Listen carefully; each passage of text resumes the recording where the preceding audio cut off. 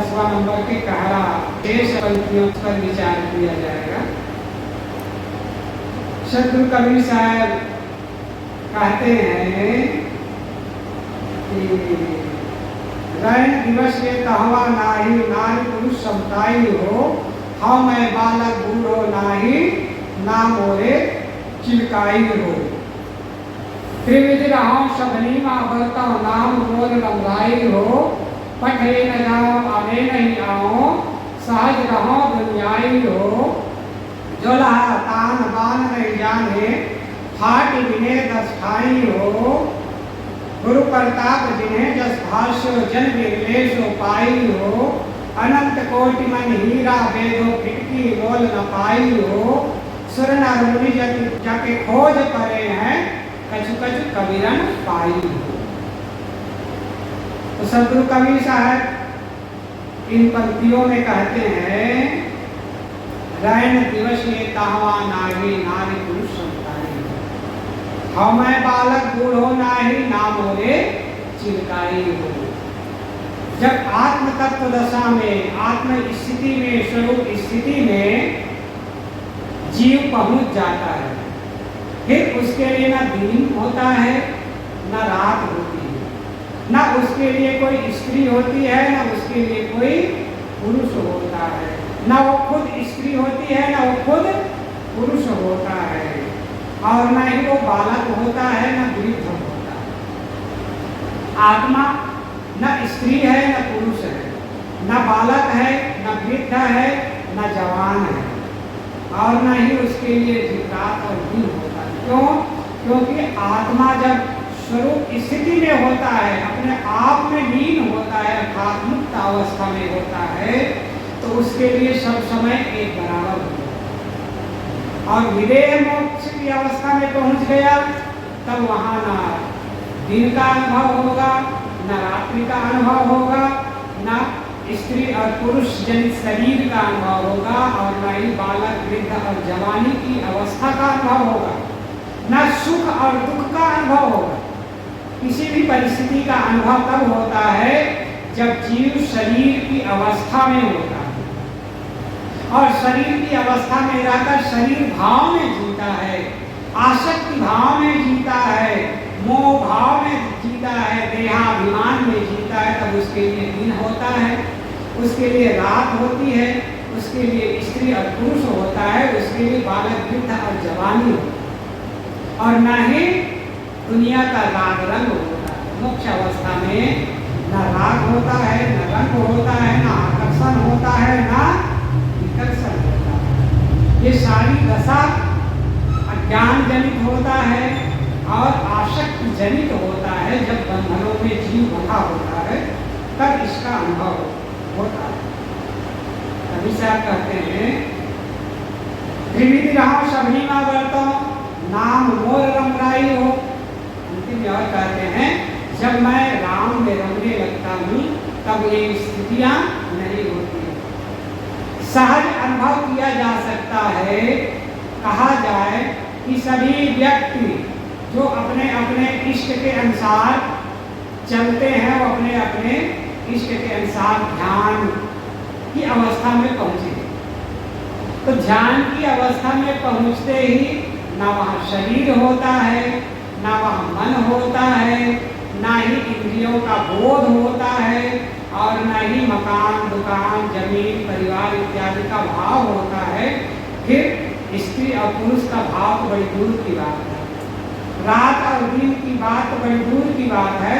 वहाँ केवल शुद्ध चेतन आत्म ध्यान की अवस्था में न स्त्री होता है न पुरुष। वही बात कभी साहब कह रहे हैं, जब मुक्त अवस्था में, ध्यान की अवस्था में पूर्ण जीव पहुंच जाता है तो वहाँ त्रिविधि रहो सबनी माँ बरता, त्रिविधि में रहता है किंतु उसमें बरतता नहीं है। सबनी माँ बरता हूँ। त्रिविध दशा संसार में रहती है। त्रिविध दशा बहुत से अंक लगाया जा सकता है। 3 अवस्थाएं होती है, अभी आप बताया गया, बाल अवस्था, जवानी अवस्था और वृद्धावस्था। ये तीन अवस्थाएं शरीर के संबंध से होती है, और शरीर के संबंध से जीव और शरीर के बोध को लेकर जागृत, स्वप्न और सुषुप्ति, ये तीन अवस्थाएं जीव और शरीर के संबंध से होती है ना। जागृत अवस्था, स्वप्न अवस्था और सुषुप्ति अवस्था, ये भी तीन अवस्थाएं हैं। या फिर और कह सकते हैं रजोगुण, तमोगुण और सतोगुण, ये भी तीन गुण है, तीन अवस्थाएं हैं। ये भी शरीर के भेद से प्रकृति की अवस्थाएं हैं, गुण है। ये भी उस आत्मा तक नहीं पहुंचती। आत्मा में ना रजोगुण है, क्यों? क्योंकि वो क्रियाशीलता उसमें नहीं है, उसमें गति ही नहीं है, वो निष्क्रिय है, इसलिए रजोगुण नहीं है। और ना ही उसके अंदर में तमोगुण है, अज्ञान, अंधकार, क्रोध, हिंसा इत्यादि गलत संस्कार भी उसके अंदर में नहीं है, इसलिए तमोगुण भी उसमें नहीं है। और ज्ञान और प्रसन्नता, आनंद इत्यादि भी जीव की अवस्था में, जीव के स्वरूप में नहीं है। जीव के स्वरूप में क्या नहीं है? प्रसन्नता नहीं है, शांत अवस्था है केवल से। ज्ञान करना भी शरीर के भेद से, जीव की जो ज्ञान स्वरूप हम कहते हैं वो शरीर के भेद में ज्ञान की अवस्था है, और प्रसन्नता की अवस्था भी शरीर के भेद से। अब जब शरीर ही नहीं है तो फिर ज्ञान का बोध कहाँ होगा? क्योंकि मन नहीं है। मन जब होता है साथ में जीव के, तब जीव संसार के प्राणी और पदार्थों को जानने का काम करता है। तो वहाँ ज्ञान और प्रसन्नता भी नहीं होता है, क्रियाशीलता भी नहीं होती है, और क्रोध, लोभ, मोह और तामस गुण इत्यादि तमोगुण भी नहीं होता है। ये तीनों अवस्थाएं भी नहीं होती है। किंतु शरीर के साथ रह करके ज्ञान की अवस्था में वो क्या कहते हैं कवि साहब? सभानिमा भरता, सभी का उचित बर्ताव करता है। ऐसा नहीं है कि रजोगुण तमोगुण को छोड़ दे, ज्ञान की अवस्था में भी उसका बर्ताव करना पड़ता है। जागृत, स्वप्न और सुषुप्ति, इन तीनों अवस्थाओं का भी बर्ताव करना पड़ता है, और बालक, जवानी और वृद्धा अवस्था का भी शरीर को बर्ताव करना पड़ता है। लेकिन उसमें बंधता नहीं, उसमें हर्षित और शोकित नहीं होता है।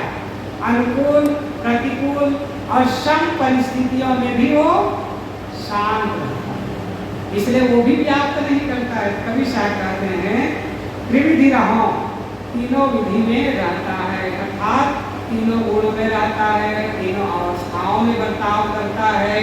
अनुकूल, प्रतिकूल और सम अवस्था में भी वो शांत होता है।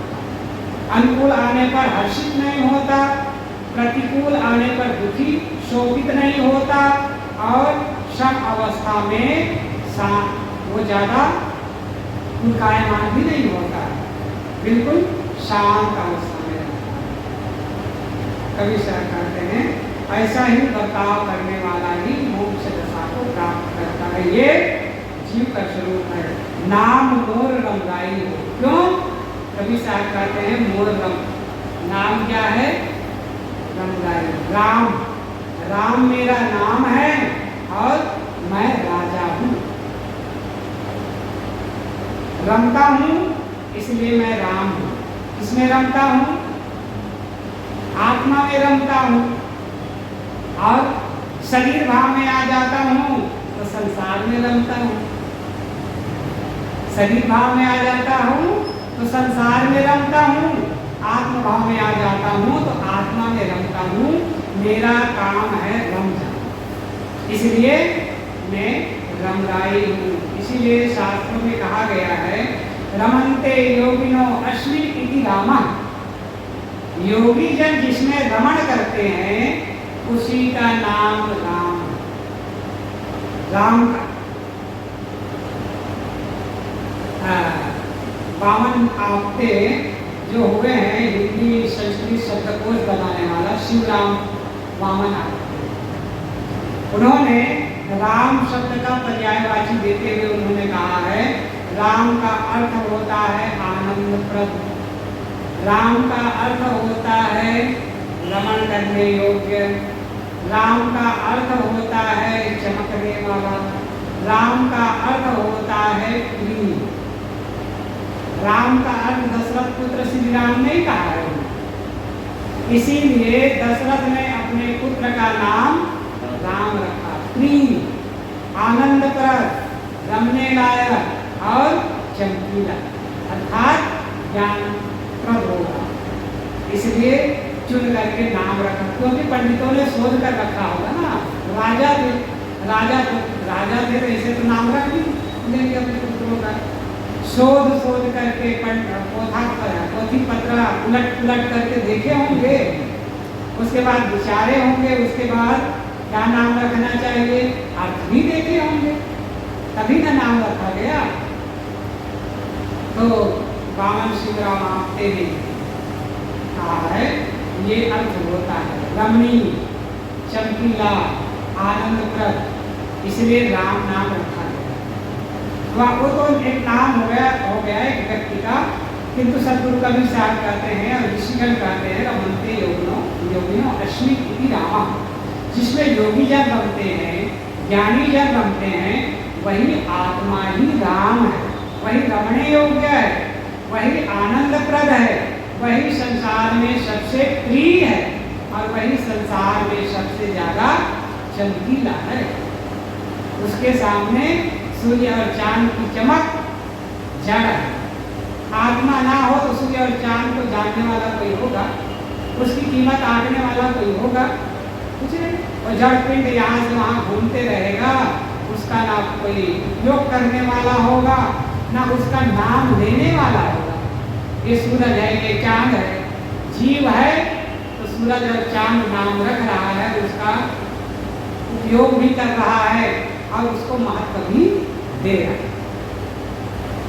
कहने का मतलब है कवि साहब कहते हैं नाम मोर रमगाई है, मेरा नाम रमगाई है क्योंकि मैं रमन करता हूँ, अपने आप में रमन करता हूँ, आत्मस्थिति में रमन करता हूँ और भटक जाता हूँ विषय प्रपंचों में तो दुनिया में रहता हूँ, इसलिए मेरा नाम राम है और रमगाई मेरा काम है, मैं राजा हूँ। ऐसा नहीं कह रहे कि मैं गरीब हूँ। गरीब का तात्पर्य यहाँ राजा का तात्पर्य है श्रेष्ठ। राजा का तात्पर्य होता है शक्ति संपन्न, राजा शक्तिशाली होता है, शक्ति संपन्न होता है, ऐश्वर्यशाली होता है, बलवान होता है। वैसे ही जीवात्मा सर्वशक्तिमान है। संसार के सारे ज्ञान और विज्ञान का शोधन किसने किया है? सारे ज्ञान विज्ञान का शोधन करने वाला जीवात्मा है। जब तक न्यूटन के अंदर में जीवात्मा था, आइंस्टीन के अंदर में जीवात्मा था, अल्फ्रेड नोबेल के अंदर में जीवात्मा था और जितने भी वैज्ञानिक हुए हैं उन सब के अंदर में जीवात्मा था, तब उन्होंने शोधन किया और शोधन के विज्ञान के नियम को सामने रखा जो प्रकृति में निहित है। किसने किया? जीवात्मा ने किया।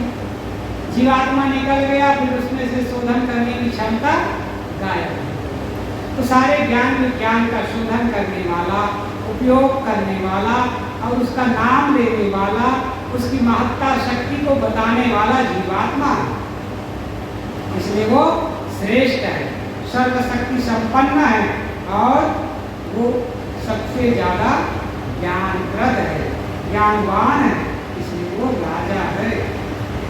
सतगुरु कबीर साहब आगे कहते हैं पठिए न जाओ आने नहीं आओ सहज रहो दुनियाई हो।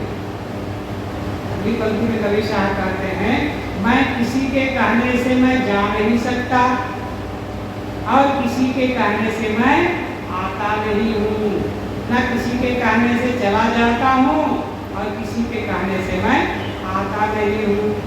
पठिए न जाऊँ, भेजने से, पठा देने से, जाने कहने से जाता नहीं, आने ना आऊँ, बुलाने से मैं आता नहीं, सहज ना हो दुनियाई हो, लेकिन मैं दुनिया में, सृष्टि में शरीर के संबंध से सहज दशा में रहता हूँ, अपने आत्म दशा में रहता हूँ। यहाँ पर दो अर्थ है। जीव किसी के वशीभूत होकर के ना आता है न जाता है। वो अपने कर्म संस्कारों के अधीन संसार और शरीर में आता है और कर्म संस्कार ग्रहण करके संसार से जाता है। उसको सृष्टि में लाने के लिए, जन्म धारण कराने के लिए ना कोई ईश्वर है, न देवी है, न देवता है, न कोई परमात्मा है जो सृष्टि में लाता है। इसके लिए कभी विचार करें, आने ना आओ पटिए न जाओ। कोई ईश्वर परमात्मा उसे सृष्टि में नहीं लाता है और उसके कहने से वो चलता भी नहीं है। वो ना किसी का अंश है, ना किसी कोई उसकी अंशी है, ना वो किसी का टुकड़ा है, और ना ही वो किसी से बना है, और ना ही वो नष्ट होने वाला है। सतु कभी चाह करते हैं, पटिए न जाऊं, आने न आऊं, सहज रहो दुनियाई। सहज मैं ज्ञान की अवस्था में रहता हूँ, किसी के आने और जाने की अवस्था में मैं आता जाता नहीं हूँ। गीता में भी कहा गया है, नायम भूत्वा भवित्वा और भूयम अजो नित्य शाश्वतो अयम पुराणो न हन्यते हन्यमाने शरीरे।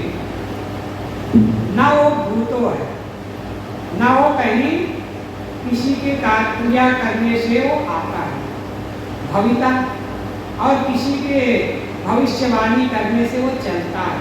न भूयो, न वो किसी के कहने से स्थिर रहता है।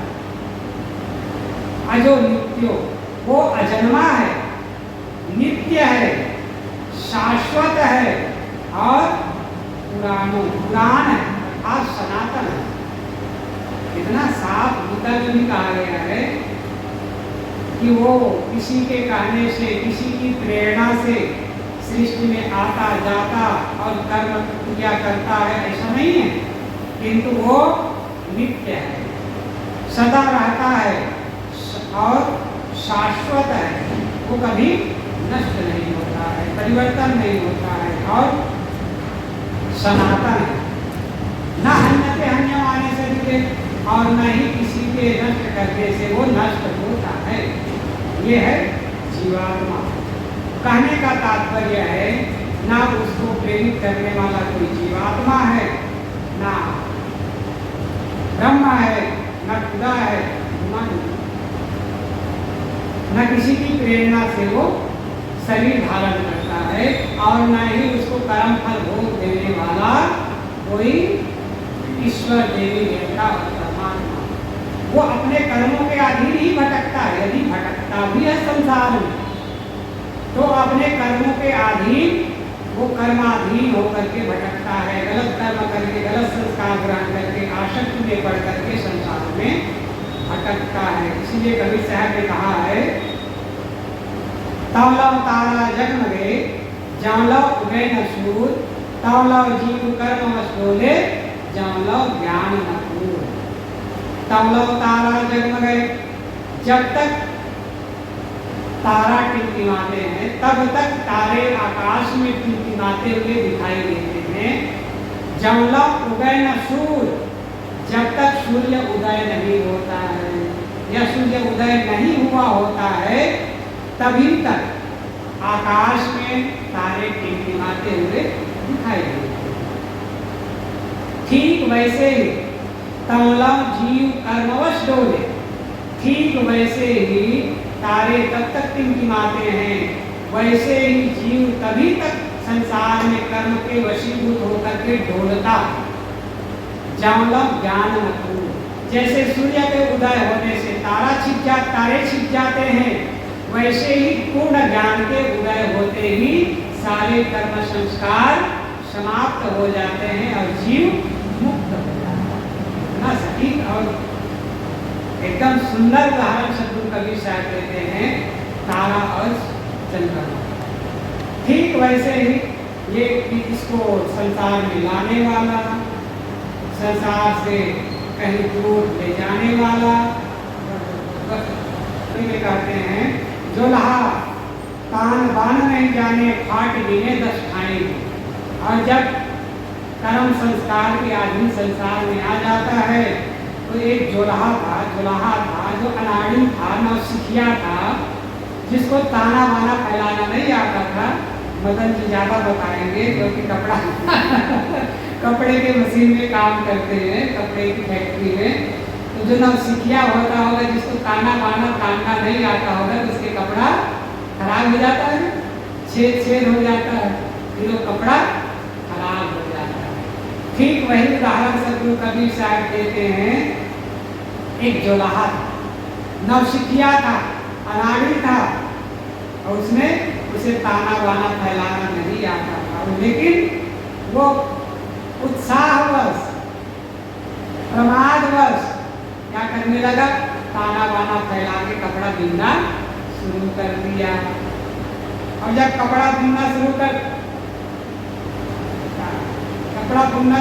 कर दिया, तब फिर कपड़ा जब बुना तो ताना बाना तो ठीक से फैलाने नहीं आया।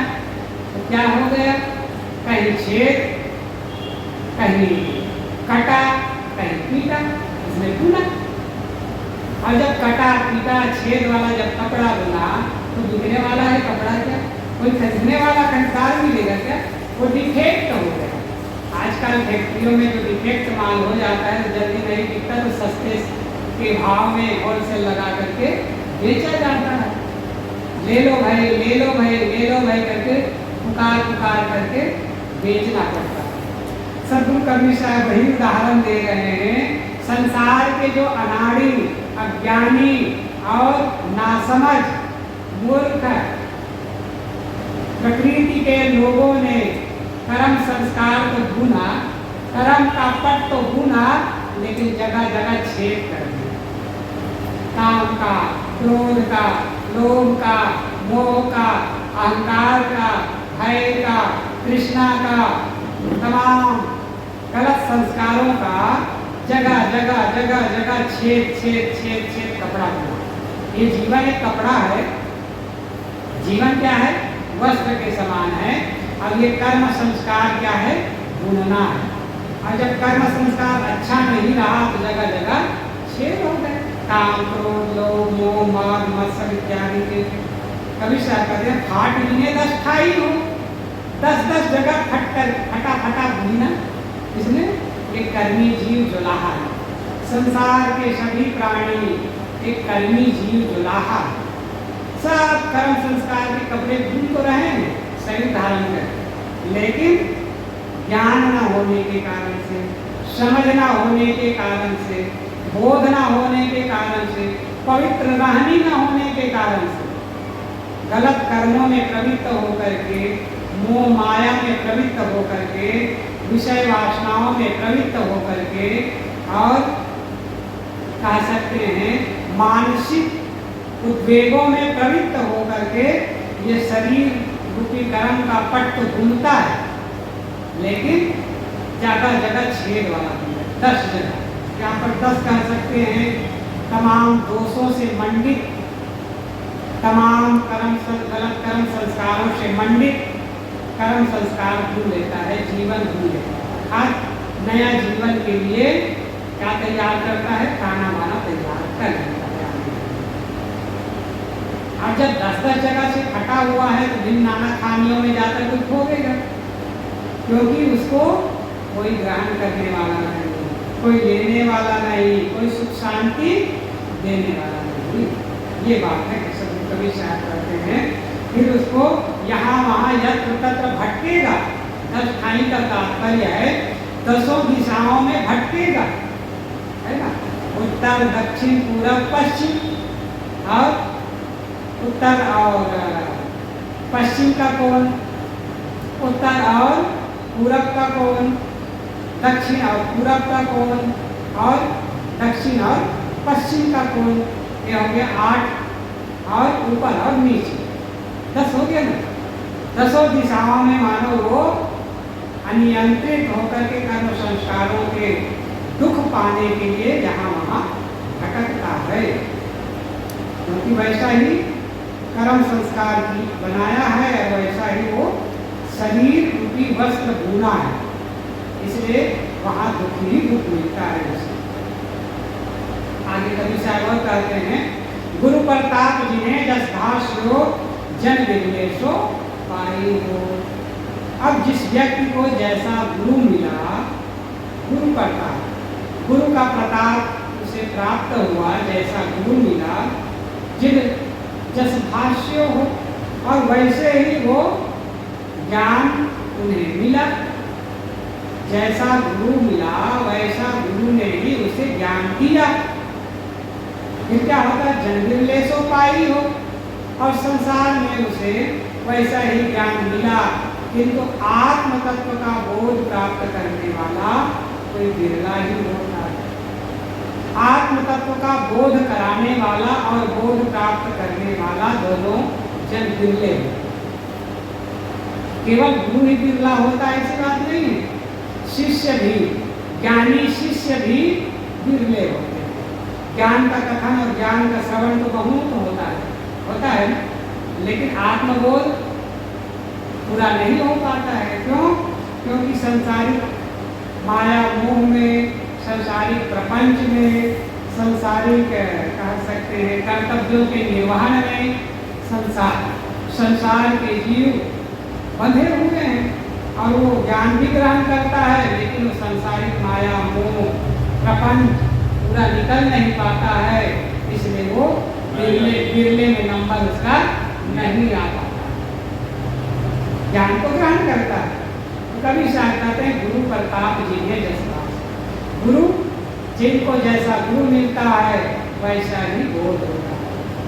अच्छा गुरु मिला और गुरु का प्रताप भी हो गया, ज्ञानी गुरु मिला, आत्मबोध प्राप्त और आत्म स्थिति स्वरूप स्थिति में लीन गुरु मिला, और वैसे ही ज्ञान का कथन किया, ज्ञान दिया, लेकिन जन बिरलेसो पाई हो, बिरले जन ही उसे आत्मसात कर सकते। लेकिन गलत गुरु मिल गया, गलत उन्हें पाठ पढ़ा दिया, तमाम प्रपंच में उलझा दिया, तो वो दुनिया में उलझ जाता है। वहाँ तो कल्याण की दशा की बात, मोक्ष की दशा की बात तो बड़ी दूर की बात है।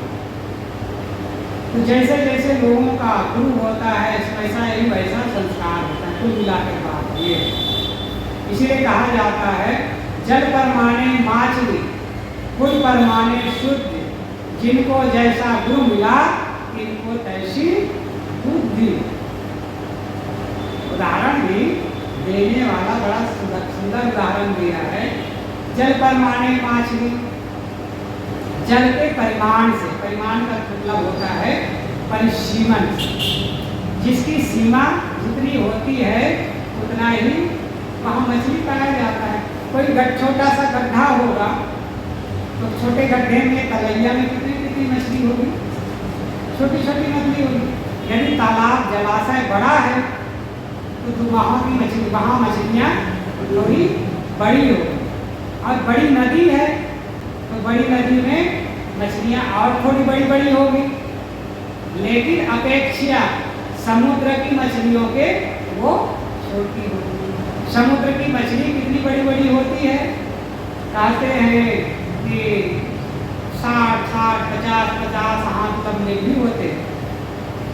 इतने लंबी लंबी मछलियाँ होती है कि वो अपने पूंछ मार देती है जहाज को, पानी जहाज को, तो जहाज फट जाता है और जहाज डूब भी जाता है।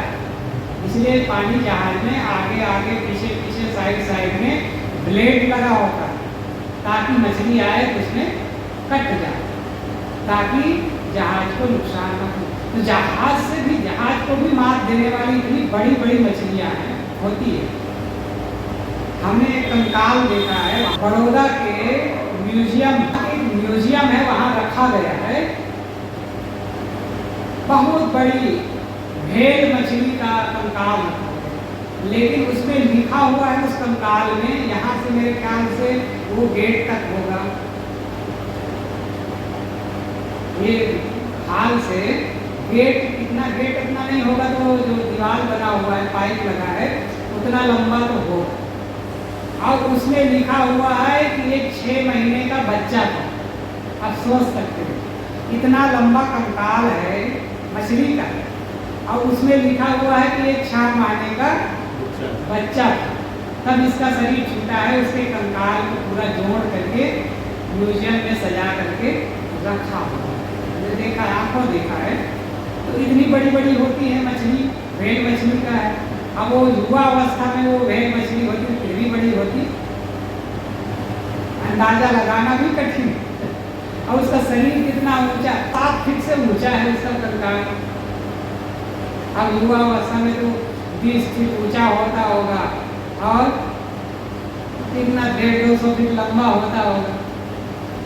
तो कहने का तात्पर्य है जल परमाने मछली, जल के परिमाण से, सीमा के अनुसार से मछलियां होती हैं। तालाब में छोटी मछलियां, नदी में बड़ी मछलियां और समुद्र में बड़ी बड़ी मछलियां। कुल परमाने शुद्ध, और जैसा कुल होता है, जैसे गोत्र होता है, जैसे घर परिवार के लोग होते हैं, वैसे ही उसका संस्कार होता है। आप जाकर के देखो जो झोपड़पट्टी में रहने वाले लोगों को तो गंदी गंदी गालियां बकते रहता है। अपनी माँ को भी गंदी गंदी गाली बकलेगा, अपनी बहन को, बेटी को, सबको गंदी गंदी गाली बकते रहता। उन्हें कोई फर्क नहीं पड़ता है। लेकिन जो संस्कारवान का घर होगा वहाँ गाली देना भी, गाली बोलना भी पाप समझा है। गलत कर्म करना तो बड़ी दूर की बात है, गाली देना। ये संस्कारी जो होते हैं, शुभ संस्कारी जो होते हैं, वहीं से ज्ञान भी ग्रहण है। अब उनको कहो जाकर के ज्ञान ग्रहण करो, ऐसा होता है वैसा समझेगा, उसके अंदर ही इतना संस्कार नहीं है। तो शुद्धता भी कुल परिवार के अनुसार से होता है। और जिनको जैसा गुरु मिला आपको तैसी बुद्धि, जिसको जैसा गुरु मिलता है, गुरु ने बता दिया राम का नाम जपते रहो, राम का नाम जपना ही सब कुछ।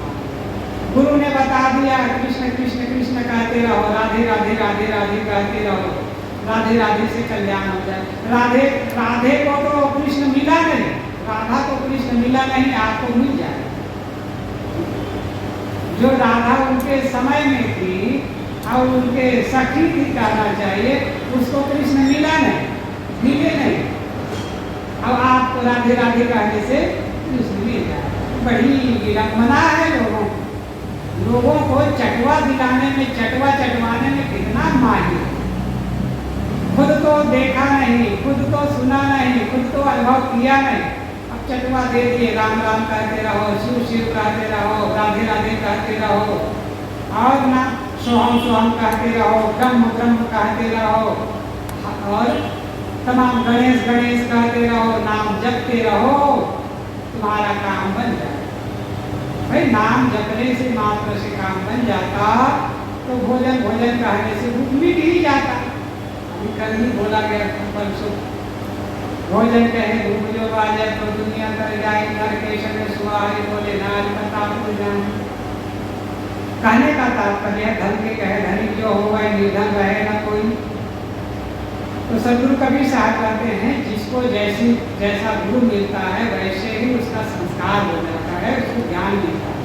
यदि ज्ञानी गुरु मिल गया तो वो घंटे घंटे में सीधा उलझाता नहीं है।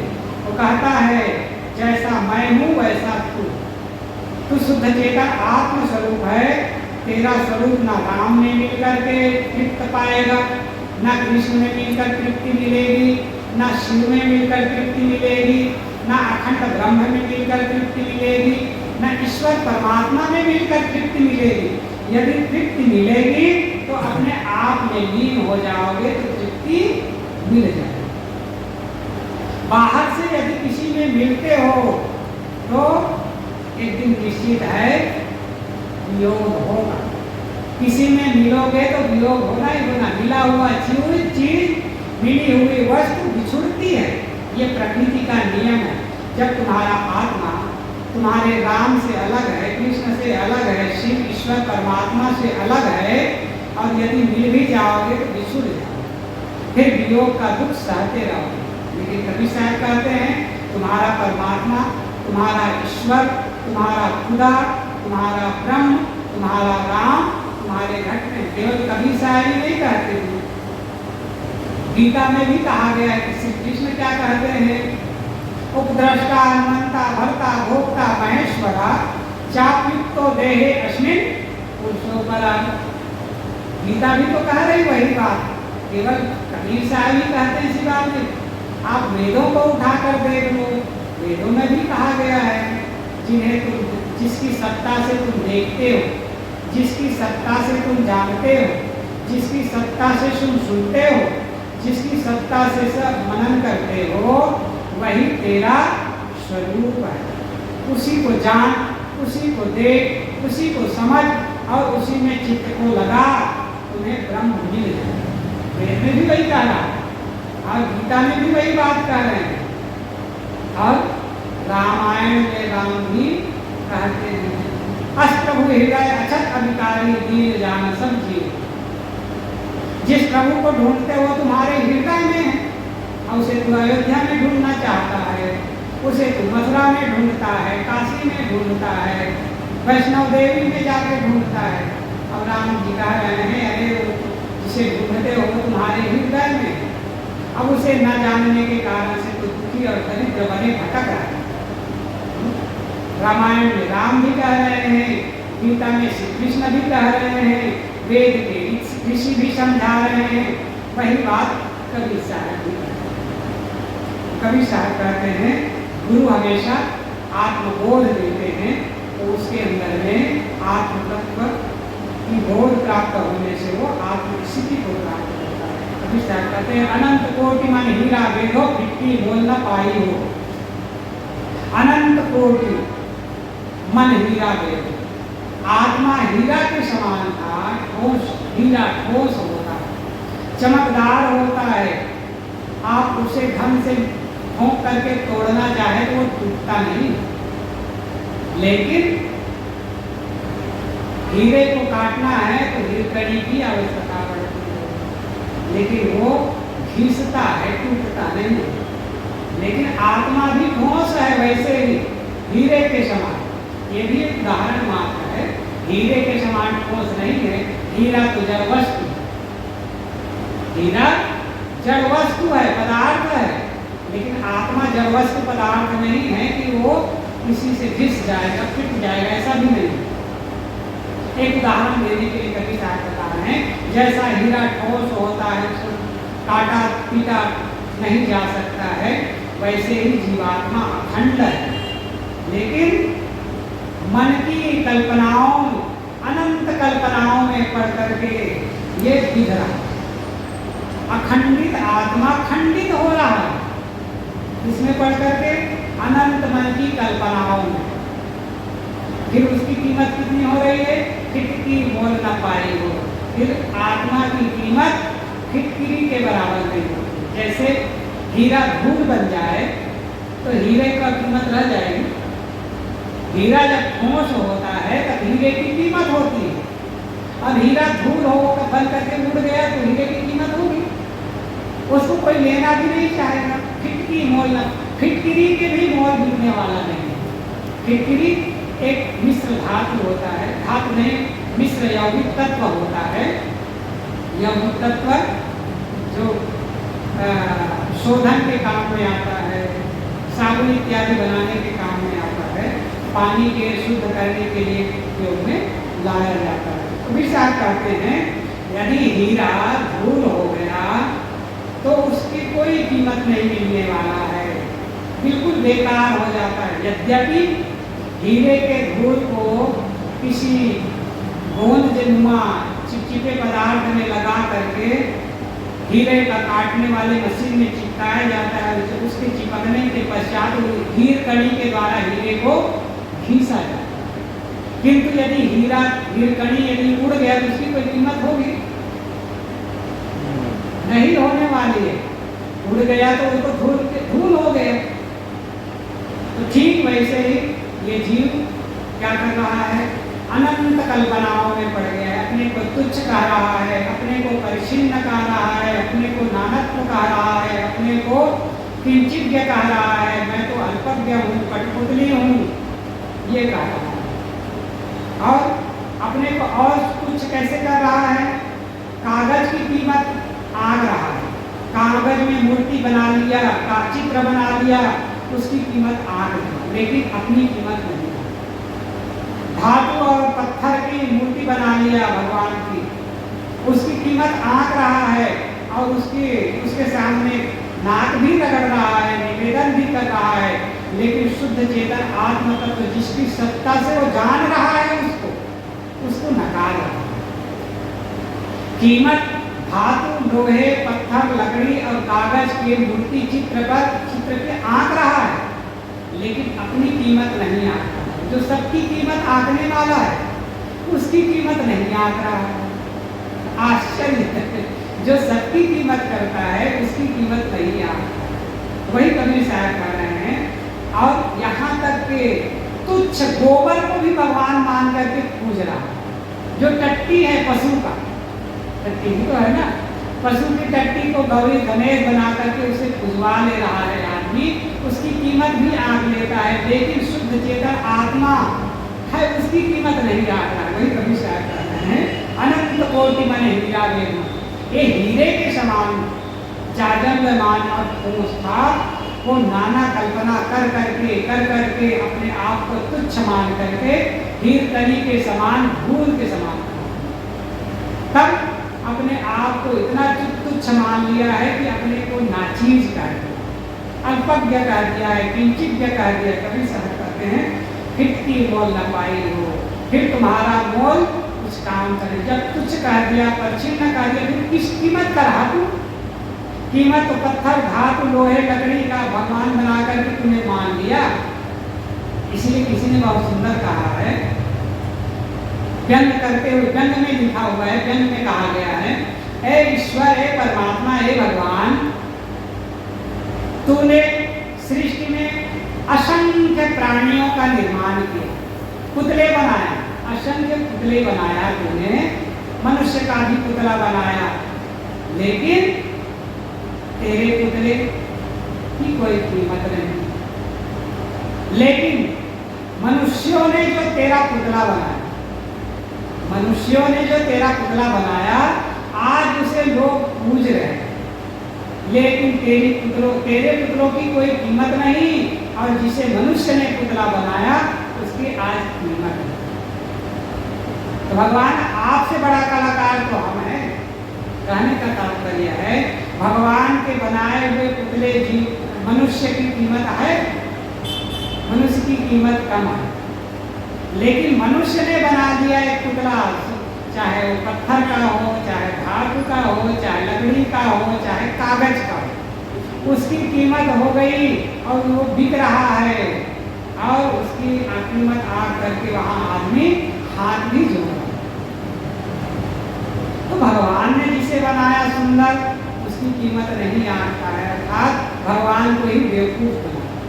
तात्पर्य यही कबीर साहब कहते हैं, फिटकी मोल न पाई हो, तेरी कीमत फिटकी के समान तुच्छ हो जाएगा यदि तू अपने आप को मना कल्पनाओं में उलझा लिया। सतगुरु कबीर साहब में कहते हैं, सुर नर मुनि जाके खोज परे हैं, कछु कछु कबीरन पाई हो। जिस परम तत्व को, परम ब्रह्म को, ईश्वर को, परमात्मा को खोजते खोजते सुर नार मुनि थक गए। कहाँ खोजे? बाहर, पेड़ों में, पहाड़ों में, नदियों में, तीर्थों में, मंदिरों में, मूर्तियों में, पेड़ों में, नदियों में, परमात्मा को, ईश्वर को, भगवान को, खुदा को खोजते खोजते खोजते थक गए। कबीर साहब कहते हैं, कछु कछु कबीरन पाई। कबीर साहब अपने आप के लिए बड़ी विनम्रता पूर्वक शब्द का प्रयोग करते हुए कहते हैं, इतने लोग, बड़े बड़े लोग जिन्हें कहते हैं, वो तो हाथ के थक गए, किंतु मैंने कुछ कुछ पा लिया।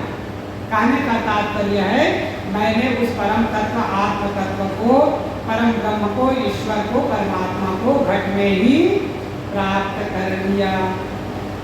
इस प्रकार से कबीर साहब कहते हैं कि वो परमात्मा घट में है, वो कहीं बाहर नहीं है, वो मैं ही हूँ, शुद्ध चेतन आत्मा हूँ, और सभी प्राणियों के अंदर में विराजमान हूँ सभी में, हव ना हो।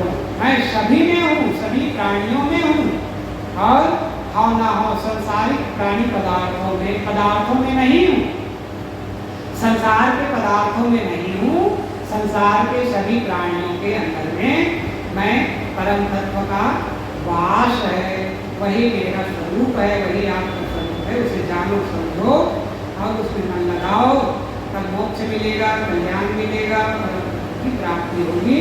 फिर संसार में आवागमन का चक्र, संसार से आवागमन का चक्र मिटेगा और जीव परम शांति को प्राप्त करेगा। बोलिए सतगुरुदेव।